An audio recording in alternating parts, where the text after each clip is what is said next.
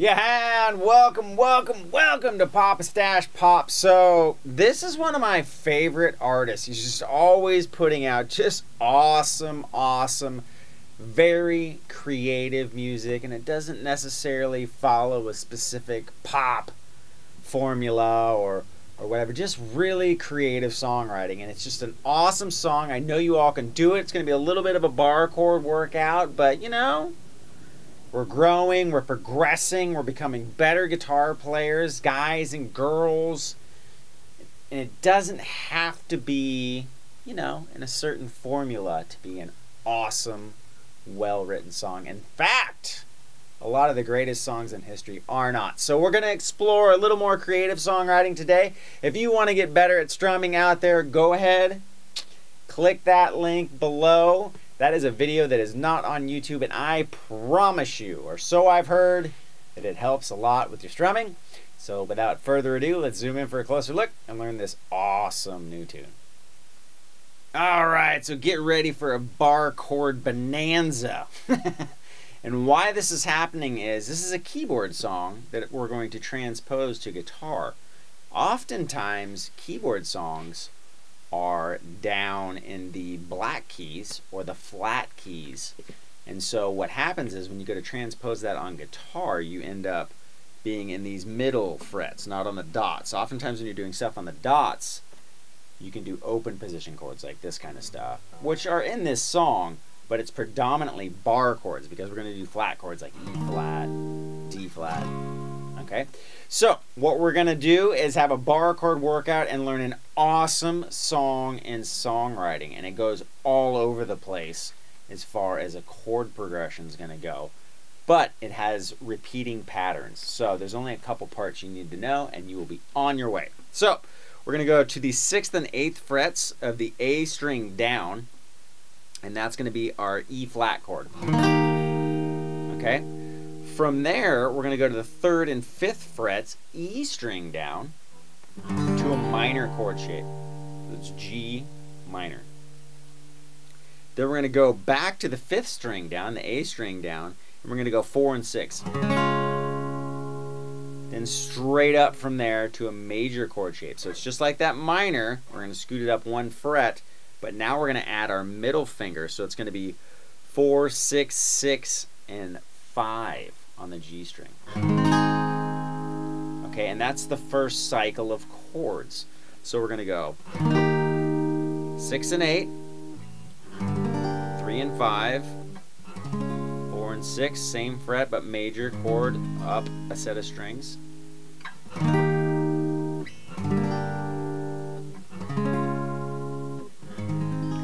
Now how I would count this if we were like 1, 2, 3, 4.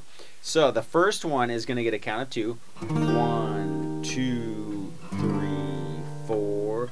1, 2, 1 and 2 and 3 and 4 and 1, 2, 3, 4. 1, 2, 1 and 2 and 3 and 4 and. Okay, so we're just going to do, there's, you know, the keys are being hit. So what we're going to do is just kind of simulate that by strumming. 1 and 2 and 3 and 4 and. Okay? So we're going to do that pattern twice. Let me play it one more time for you. 1, 2, 3, 4. 1, 2, 1 and 2 and 3 and 4 and 1, 2, 3, 4. 1, 2, 1 and 2 and 3 and 4 and. Okay, now this gets us to the second part of the verse, which now we're going to go to a C minor chord, 3 and 5, and then on the B string we're going to be on the 4th fret. Now you're going to keep this shape, but we're going to move it up a set of strings and down a couple frets to an F chord. Then we're going to go up to the 4th and 6th frets, and then the 5th fret on the G string. Okay, back to E flat, D flat, back to A flat, before we're going to end up on C minor. Okay, so that second part, right, we've gone from here, here, here, now C minor, 3, 4, 1,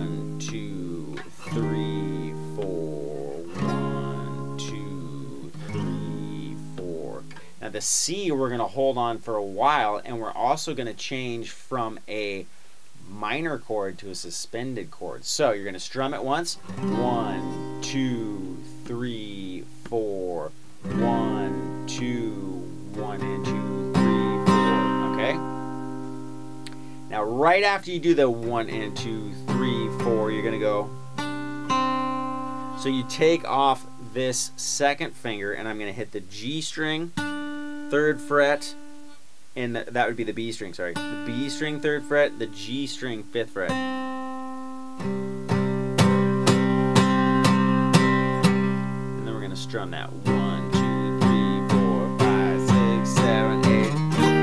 And that's going to get us into the chorus. So let me go through that whole progression really quick, and then we'll move on to the chorus. So we got 1, 2, 3, 4, 1, 2, 1 and 2 and 3 and 4 and 1, 2, 3, 4, 1, 2, 1 and 2 and 3 and 4 and 1, 2, 3, 4, 1, 2, 3, 4, 1, 2, 3, 4, 1, 2, 3, 4, 1, 2, 1 and 2, 3, 4.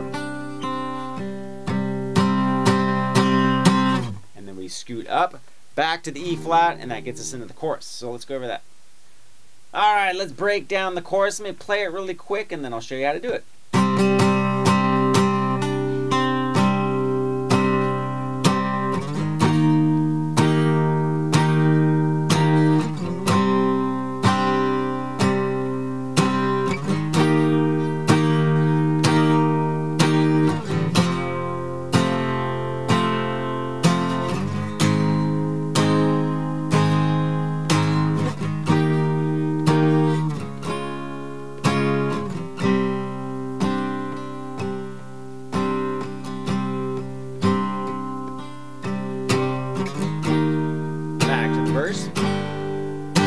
Okay, so what we've done is we've kind of stayed with that same theme of 1, 2, 3, 4, that tempo. Now we're going to hold the chords for twice as long. So in the beginning, in the verse, we were basically doing counts of 2 on the chorus. In that kind of pre-chorus part, we started with our first groups of 4. We're going to stick with that theme during the chorus. So we did the...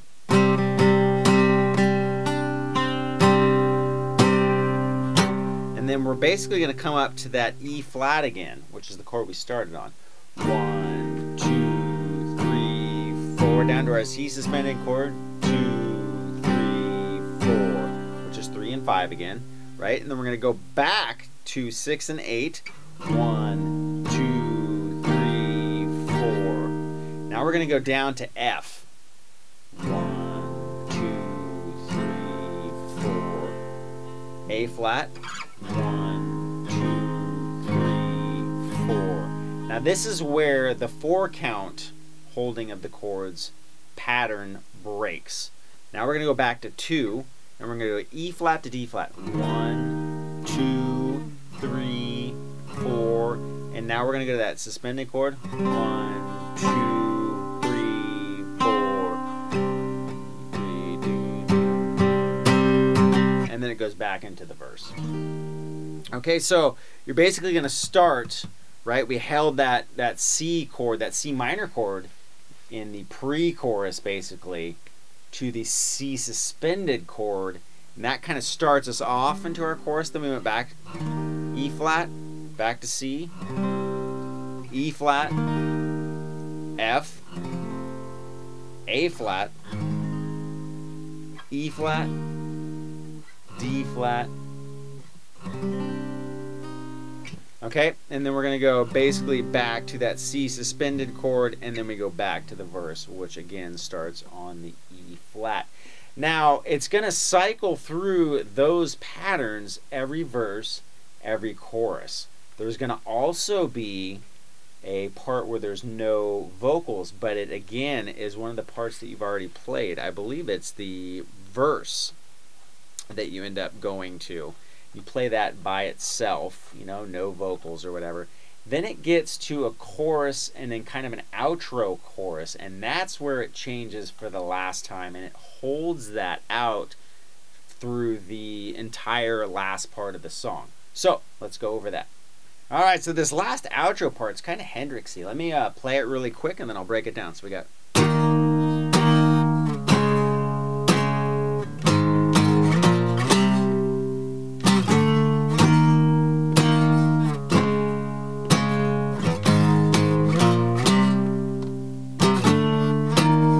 Okay, so now I'm just going to go to 5 chords, and what that means is I'm just going to be playing the root and the 5th of each chord.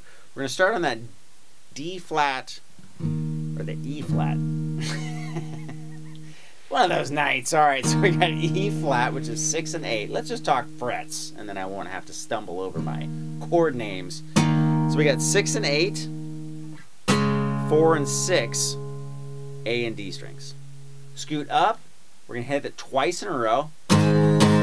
On 4 and 6 on the E and A now, and then we're going to go 6 8 8 10. So it's now we're going to do one last hit, but it's going to be a really quick hit from 8 and 10 on the E and A to 5 and 7 on the A and D. Okay, so we got.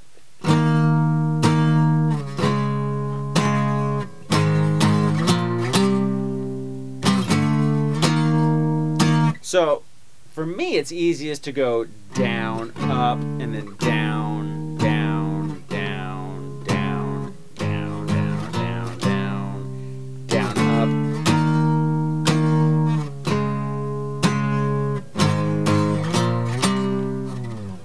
And then there's some kind of awesome keyboard or guitar solo that's just full-blown Hendrixisms, and I love it. It's just awesome. It's just the coolest, floatiest, awesomest. It's like you're just floating in clouds listening to great, trippy music. So enjoy this one, because it's great. Check out the rest of the songs from this album. Very, very, very cool. Yes! Way to go.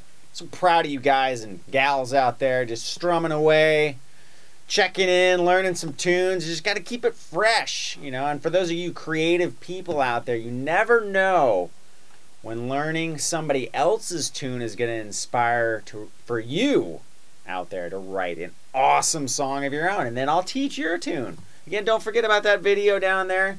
It's not on YouTube. It is Strum 101. All right, so have some fun. All right. Have a good one. Thank you very much for checking in once again. We'll catch you next time.